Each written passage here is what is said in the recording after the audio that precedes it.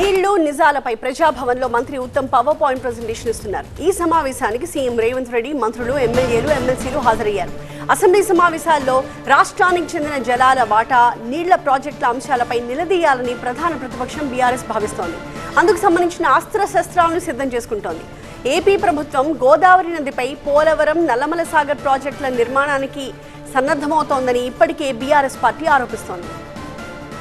Palamuru project నిర్మాణంపై కూడా రేవంత్ ప్రభుత్వం నిర్లక్ష్యంగా ఉందని కేసీఆర్, హరీష్ రావు ఆరోపణలు చేశారు. దీంతో బీఆర్ఎస్ పాలనలో రాష్ట్రానికి నీటి వాటాల్లో జరిగిన నష్టంతో పాటు 2 ఏళ్లలో కాంగ్రెస్ ప్రభుత్వం తీసుకున్న దిద్దుబాటు చర్యలపై ప్రజలకు అవగాహన కల్పించేందుకు ఉత్తమ్ పవర్ పాయింట్ ప్రెజెంటేషన్ ఇస్తున్నారు.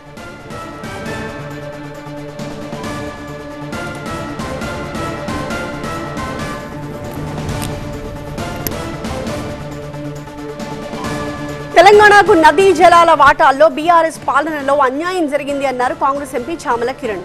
కాంగ్రెస్ ప్రభుత్వంపై మాజీ సీఎం కేసీఆర్, హరీష్ రావు చేస్తున్న అవాస్తవ ప్రచారాన్ని ఎండగట్టేందుకే ఈ సమావేశం నిర్వహిస్తున్నామన్నారు.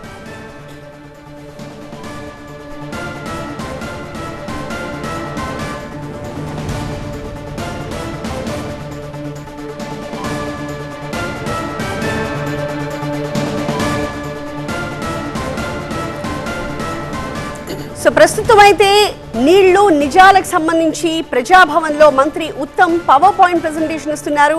ముఖ్యమంత్రి రేవంత్ రెడ్డితో పాటుగా ఇతర మంత్రులు, అలాగే ఎమ్మెల్యేలు, ఎమ్మెల్సీలు కూడా ఈ సమావేశానికి హాజరయ్యారు.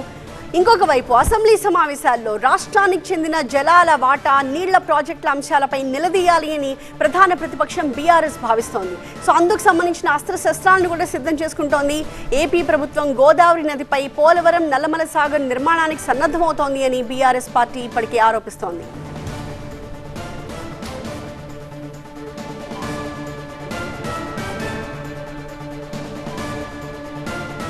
ప్రతినిధి అశోక్ మరింత సమాచారం అందిస్తారు. అశోక్, సో ప్రధానంగా బీఆర్ఎస్ పాలనలో ఎలాంటి అన్యాయం జరిగింది, రాష్ట్రం ఎంత నష్టపోయింది అన్నది ఉత్తమ్ చెప్పే ప్రయత్నం చేస్తున్నారు. కానీ కాంగ్రెస్ 2 ఏళ్ల పాలనలో ఏం జరిగింది, తమ హయాంలో ఏం జరిగిందని చెప్పడానికి బీఆర్ఎస్ కూడా రెడీ అవుతోంది. మరి బీఆర్ఎస్కి ప్రెజెంటేషన్కి అవకాశం ఉంటుందా?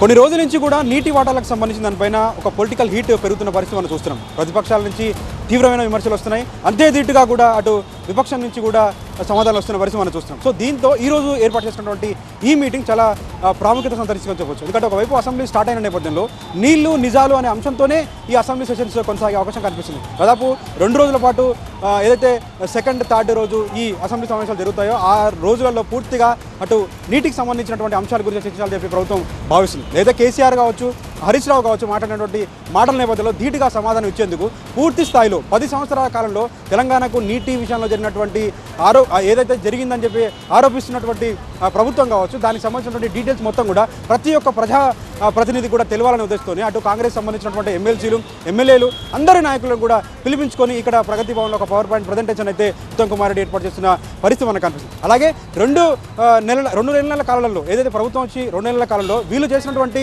అభివృద్ధి కావచ్చు, అలాగే వీళ్ళు చేసినటువంటి కార్యక్రమాలు నీటికి సంబంధించిన దానిపైన ఇలాంటి కార్యక్రమాలు చేశారు, దానికి సంబంధించినటువంటి ప్రూఫ్స్ ఏమున్నాయి, దానికి సంబంధించినటువంటి ఏ విధంగా మనం మాట్లాడవచ్చు, ప్రతిపక్షాల నుంచి వస్తున్నటువంటి ఏదైతే ఆరోపణలు ఎలా విధంగా తిప్పికొట్టొచ్చు అనే దానిపైన పూర్తి స్థాయిలో అటు ప్రజాప్రతినిధులకు వివరించే విధంగా కూడా అటు ఉత్తమ్ కుమార్ రెడ్డి ఈరోజు టీ50 ఇచ్చే అవకాశం కనిపిస్తుంది. దాదాపు 2-3 గంటల పాటు కూడా ఈ కొనసాగే అవకాశం కనిపిస్తుంది. సో ఈ మీటింగ్ తర్వాత రేపటి నుంచి జరుగుతున్నటువంటి అసెంబ్లీ సమావేశాల్లో నీళ్లు నిజాలు అనే అంశాన్ని తీసుకొచ్చి పూర్తి స్థాయిలో అటు 10 సంవత్సరాల కాలంలో గత ప్రభుత్వం చేసినటువంటి అంశాలని ముందు పెట్టాలని చెప్పి, అలాగే అటు కేసీఆర్ కూడా సభలో ఉంటారని చెప్పడం నేపథ్యంలో కావచ్చు, కేసీఆర్తో పాటు మిగతా నాయకులు వాటర్ పైనే మాట్లాడుతున్న నేపథ్యం కావచ్చు, ప్రతి ఒక్క దాన్ని కూడా సమాధానంగా ధీటుగా సమాధానం చెప్పాలని చెప్పట్టు ప్రభుత్వం భావిస్తున్నట్టుగా తెలుస్తుంది. అందులో భాగంగానే ఏర్పాటు చేయడం జరిగింది. పోలవరం, బంకచెర్ల కావచ్చు, ఇలా అనేక ప్రాజెక్టులకు సంబంధించిన దానిపైన, పాలమూరుకు సంబంధించినటువంటి ఇష్యూ కావచ్చు, అనేక ప్రాజెక్టులకు సంబంధించిన దానిపైన ప్రభుత్వం ఎలాంటి నిర్ణయం తీసుకుంది, ఎలాంటి నిర్ణయంతో ముందుకెళ్తుంది, రానున్న రోజులలో ఇంకా 3 సంవత్సరాల కాలంలో పదవీ కాలంలో ఏ విధంగా సంస్కరణలు తీసుకొచ్చి ముందుకు తీసుకురాబోతుందో,